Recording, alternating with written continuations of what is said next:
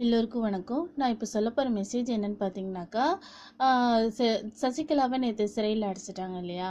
அப்போ அவங்களுக்கு என்னென்ன மெனு, அவங்க என்னென்ன இனி வசதி கேட்குறாங்க, அதை பற்றி தான் நான் இப்போ சொல்ல போகிறேன்.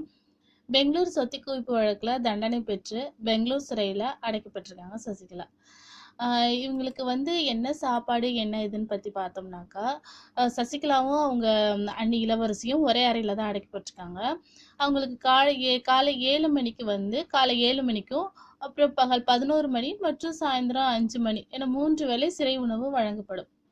உணவு விவரம்னு பார்த்தோம்னா காலை 7 மணிக்கு என்னன்னு தருவாங்கன்னா 2 chapati, 1/4 litre sambar, 100 milli coffee, 100 milli litre மோர்.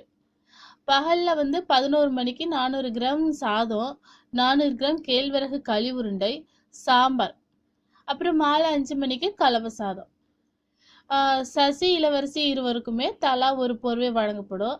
சிறப்பு வசதி செய்து தரணும்னு சொல்லிட்டு இவங்க நிர்வாகத்திட்ட கேட்டிருக்காங்க. அப்படி என்ன கேட்டிருக்காங்கன்னு பார்த்தீங்கன்னாக்கா, சிறையில தனக்கு தனி அறை வேணுமாமா, அதுலயும் கட்டில டிவி இருக்கணுமாமா, வெஸ்டர்ன் டாய்லெட் வேணுமாமா, 24 மணி நேரம் வெந்நீர் வசதி, மினரல் வாட்டர், வீட்டு சாப்பாடு, தனக்கு வேண்டியவற்றை செய்து தர தனியாக ஒரு ஆள் வேணும் என நேத்து கேட்டிருக்காங்க. ஆனா சிறையில அவருக்கு விஐபி அந்தஸ்து தர முடியாது என சிறை அதிகாரிகள் கூறியிருக்கிறாங்க. இந்நிலையில தற்போது தான் இருக்கும் அறையில ஒரு மேஜை, ஃபேன் வேணும், தியானம் செய்வதற்கு தனி இடம் வேணும், வாரத்திற்கு 2 முறை அசைவ உணவு வழங்கப்படணும் அப்படின்னு சசிகலா கேட்டிருக்காங்க. தற்போது சசிகலா 2014ஆம் ஆண்டு ஜெயலலிதாவும் அவரும் 3 வாரங்கள் அடைக்கப்பட்டிருந்த அதே சிறையில தான் இவங்க அடைக்கப்பட்டிருக்காங்க. செஞ்சது தப்பு, இவங்க ஜெயிலுக்கு போயிட்டாங்க. எவ்வளவு பெரிய பட்டியல வச்சிருக்காங்க பாத்தீங்களா? இவங்களுக்கு என்னமோ வீட்டுல இருக்கிற மாதிரியே நினப்புதான்.